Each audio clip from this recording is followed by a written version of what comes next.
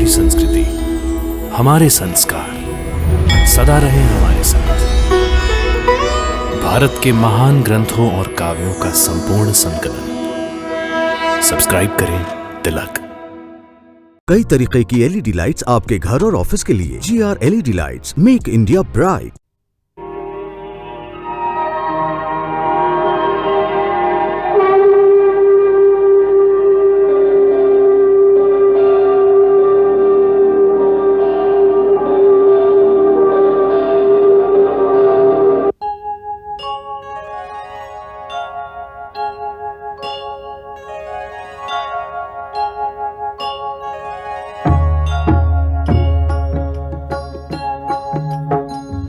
सीताराम चरित अति पावन, मधुर सरस अरु अति मन भावन।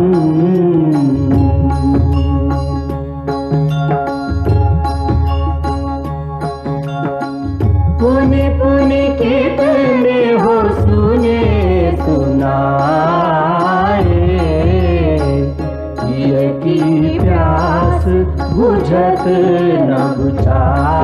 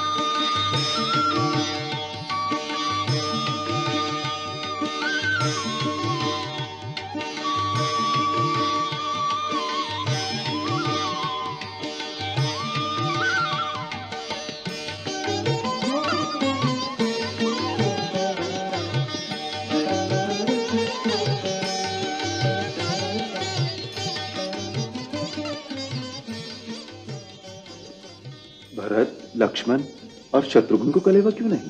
अब कैसी बात कहते हैं। 14 वर्ष तक देवर जी भाभी के हाथ से वन के कंदमूल खाकर उब नहीं गए होंगे। अब उर्मिल को भी कुछ खिलाने पिलाने का अवसर मिलना चाहिए।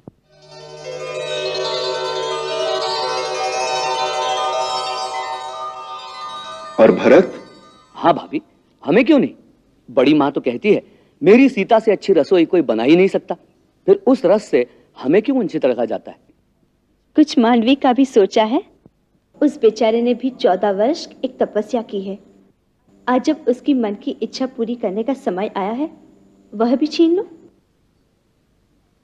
तुम पुरुष लोग हम स्त्रियों के हृदय की लालसा को नहीं समझ सकते। और बेचारा लल्ला शत्रुघ्न? लल्ला की गुप्त बात तो सबको पता है। वहां भी खाता है और यहाँ पे जो मैं बनाती हूँ छुप कर खा जाता है। सबसे छोटा है, इसीलिए तो भाभी का लाडला है। केवल भाभी का नहीं, मैं तो भैया का भी लाडला हूँ। महाराज की जय हो। गुप्तचर विभाग के प्रमुख आर्यभद्र और आर्य सुमग्ध आपके दर्शनों की आज्ञा चाहते हैं। उन्हें मंत्रणा गृह में ले आओ, हम वहीं उनसे मिलेंगे।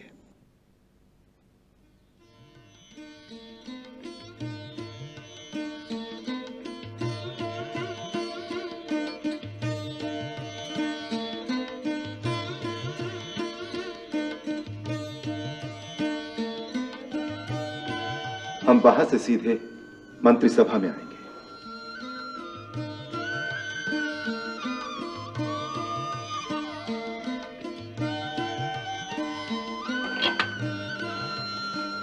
अन्ना, बचा हुआ क्यों? मैं और मंगाती हूँ। भाभी, ये हमारे लिए तो भगवान का प्रसाद है।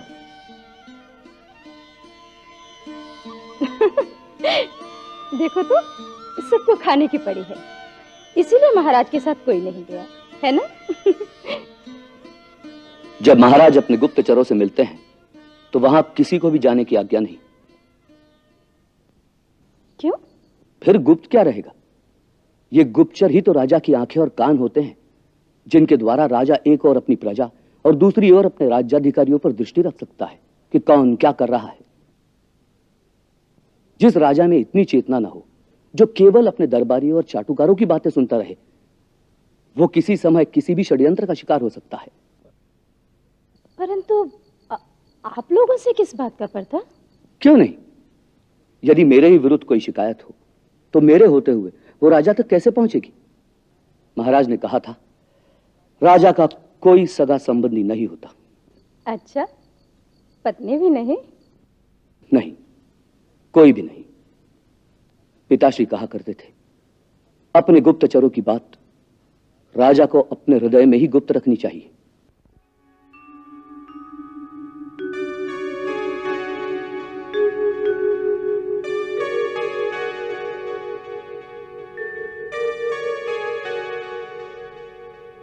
आर्यभद्र, नगर के क्या समाचार है? महाराज, नगर में सब कुशल मंगल है। कल सारा दिन नगर में चारों ओर नगरवासी अपने नए राजा का गुणगान करते रहे। उनके विचार में ऐसा आदर्श राजा आज तक अयोध्या को नहीं मिला। कल ऐसी बातें करने का कारण क्या था? कल महादेव वैश्य की पुत्री का विवाह था। बारात मधुरा नगरी के एक बड़े व्यापारी भामंडल वैश्य के यहां से इधर आई थी। आप जानते हैं कि मधुरा के राजा मधु का विवाह महाराज रावण के कुल में हुआ है। उसका पुत्र लवणासुर ही आजकल राज्य करता है। ऐसा लगता है कि इस बारात में उसके कुछ गुप्तचर भी आए थे।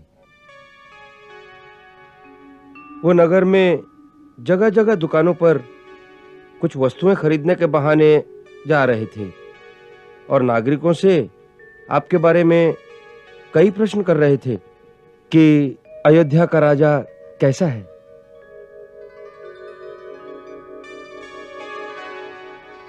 तुमने ऐसा कैसे समझा कि वो गुप्तचर हैं? प्रभु, सारी बारात में केवल ये 4-5 ही बाराती हैं जो कल दिन भर सारी अयोध्या में घूमते रहे। आपकी आज्ञा हो तो उन्हें पकड़कर कुछ पूछताछ की जाए। नहीं, केवल उन पर दृष्टि रखो और जब बारात लौटे तो डोली के कहारों में अपने विभाग के आर्य सुखज और आर्य मधुमत को उनके साथ भेज दो। वो आकर हमें सूचना देंगे कि राजा के मन में अयोध्या के प्रति कैसे विचार हैं। जो आज्ञा प्रभु। आर्य सुमागत। महाराज, कल नगर सभा की ओर से एक बैठक हुई जिसमें इस बात पर विचार किया गया कि गंगा में पानी अकस्मात बढ़ जाने से जिन गांवों को क्षति हुई है, वहां की प्रजा की सहायता के लिए अयोध्या के नागरिक क्या कर सकते हैं। राज्य की ओर से कुछ नहीं किया गया? राज्य की ओर से बहुत कुछ किया गया है, परंतु अयोध्या के नागरिक सहायता करना अपना कर्तव्य समझते हैं। ये तो बहुत अच्छी बात है। परंतु कुछ नागरिकों ने चिंता प्रकट की है कि उन गांवों से जो कर की हानि होगी उसे राज्याधिकारी दूसरे नागरिकों पर कर बढ़ा देंगे।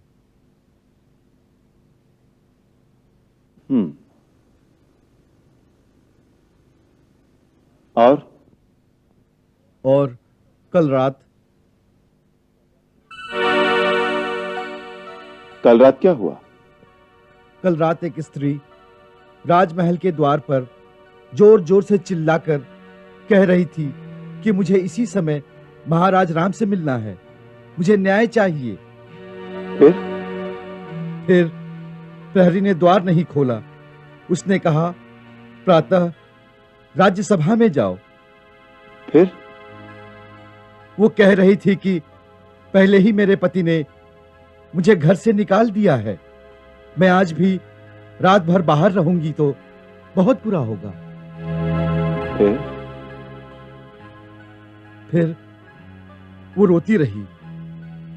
प्रहरी ने द्वार नहीं खोला और वो उसी आवेश में चली गई। कौन थी वो?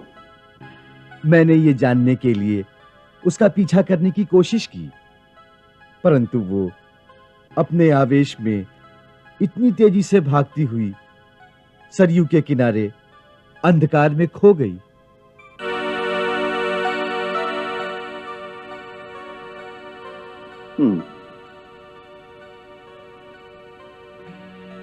और क्या समाचार है? बस महाराज, बाकी सब ओर से कुशल मंगल है।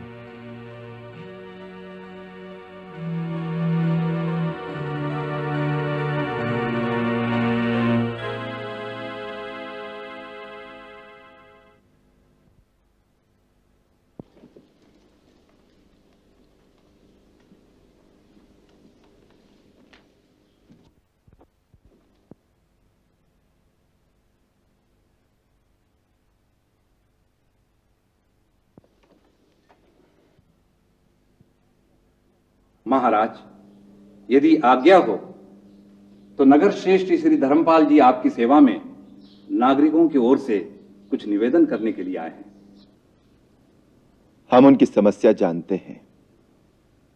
कुछ नागरिकों को शंका है कि राज्य की ओर से उन पर कर बढ़ाया जाएगा, परंतु उनकी यह शंका निर्मूल है।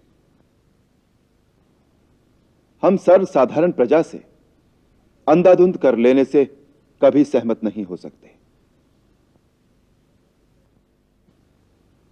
प्रजा से कर लेना आवश्यक है, परंतु हमारे विचार में राजा को कर उसी प्रकार लेना चाहिए जैसे सूर्य धरती से जल सोखते हैं। जलाशयों में और नदियों में जहां जल अधिक है वहां से अधिक जल, और भूमि पर जहां जल थोड़ा हो वहां से कम। जल सोखकर उसे मेघ बनाए जाते हैं, और मेघ वही जल पृथ्वी पर वापस लौटाते हैं, परंतु भूमि पर बराबर बराबर वृष्टि करके। यही राजा का कर्तव्य है कि राज्य के कुछ प्रमुख व्यक्तियों से इकट्ठा किया गया कर प्रजा के हित के कामों में बराबर बराबर बांट दें। आप सर्वसाधारण को निश्चिंत कर दीजिए। महाराज, हम सर्वसाधारण की ओर से आपका धन्यवाद करते हैं।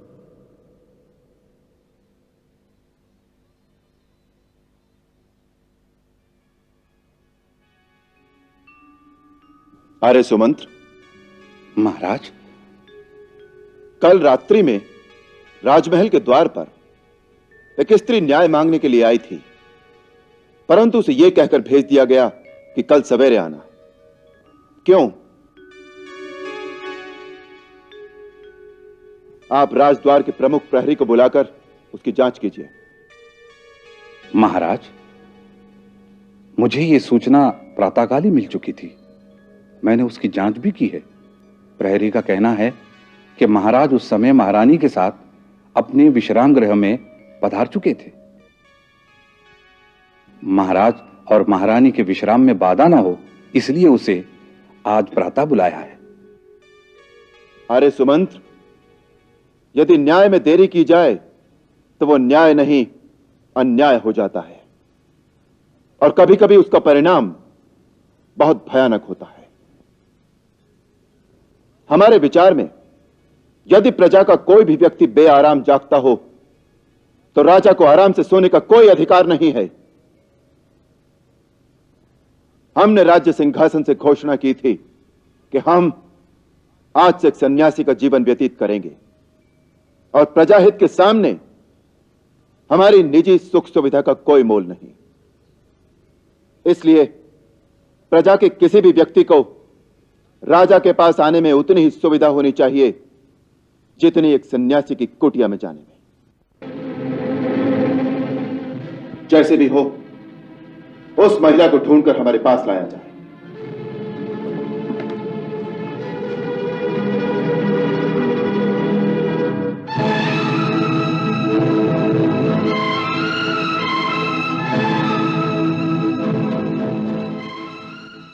आर्य सुमागत कल रात्रि में एक दुखिया स्त्री को देखकर भी उसकी सहायता किए बिना जाने दिया, इसके तुम अपराधी हो। तुम्हारा दूसरा अपराध यह है कि तुम उसका पूरा पता लगाए बिना ही हमारे पास चले आए। त्रुटियों को क्षमा कीजिए महाराज। नहीं, हम तुम्हें अपनी सेवा से निलंबित करते हैं। जब तक तुम इन सारी बातों का पता लगाकर नहीं आते कि वो कौन है, कहां रहती है, किसकी स्त्री है और उसके पति ने उसे घर से क्यों निकाल दिया है, तुम्हें हमारे सामने आने का कोई अधिकार नहीं है। एक एक गांव में जाकर पता लगाओ। जब ये सारी सूचनाएं इकट्ठी कर लो, तब हमें अपना मुंह दिखाना।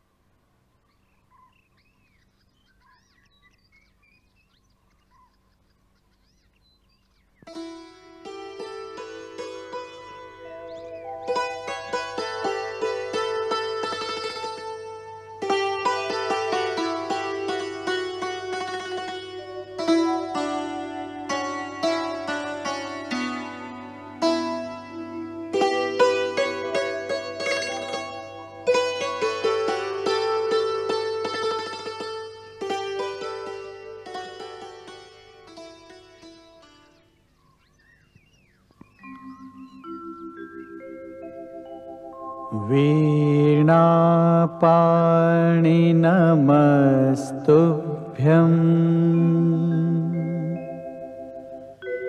नमस्तुभ्यं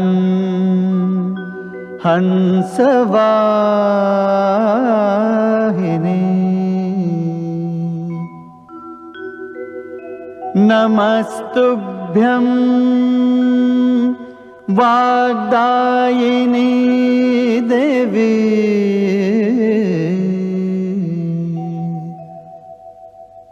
सरस्वती नमो नमः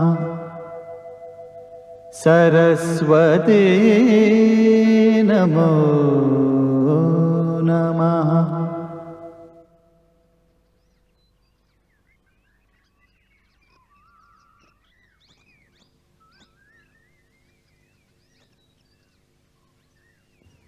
हे माता, ऐसा वरदान दो कि जो मेरी लेखनी से लिखा जाए वो प्राणी मात्र के लिए कल्याणप्रद हो। मेरे पात्रों के चरित्र में ऐसा रस, ऐसा सौंदर्य भर दो कि उनकी प्रेरणा से समस्त प्राणियों का जीवन सुंदर हो जाए। मानव संसार में सुख और शांति का राज्य स्थापित हो। ओम शांति शांति शांति।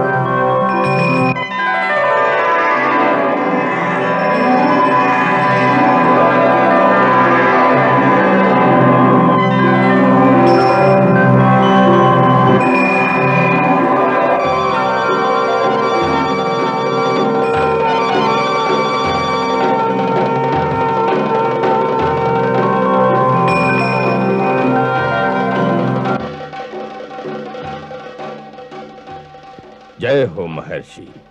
आज से रामायण महाकाव्य की रचना आरंभ हो गई। समस्त प्राणियों के लिए ये कल्याणकारी सिद्ध हो। महर्षि, जन जन के कल्याण के लिए आप प्रभु की लीला का वर्णन करने जा रहे हैं। आज आप पर यह उत्तरदायित्व आन पड़ा है कि प्रभु के सगुण रूप का इस प्रकार वर्णन करें कि साधारण प्राणी भी भक्ति के रस में डूब जाए, जिससे प्रभु के नाना चरित्रों को देखकर फिर कोई शंका में न फंसे, जैसे एक बार मैं फंस गया था। मंगल भवन अमंगल हारी, प्रभु सुदशरथ अजिर बिहारी।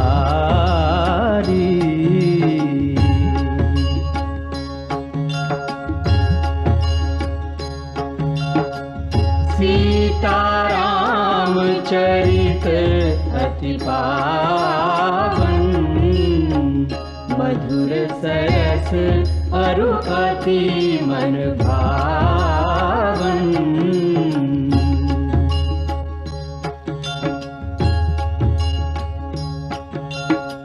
पुनि पुनि कितने हो सुने सुनाए, की प्यास बुझत न बुझाए।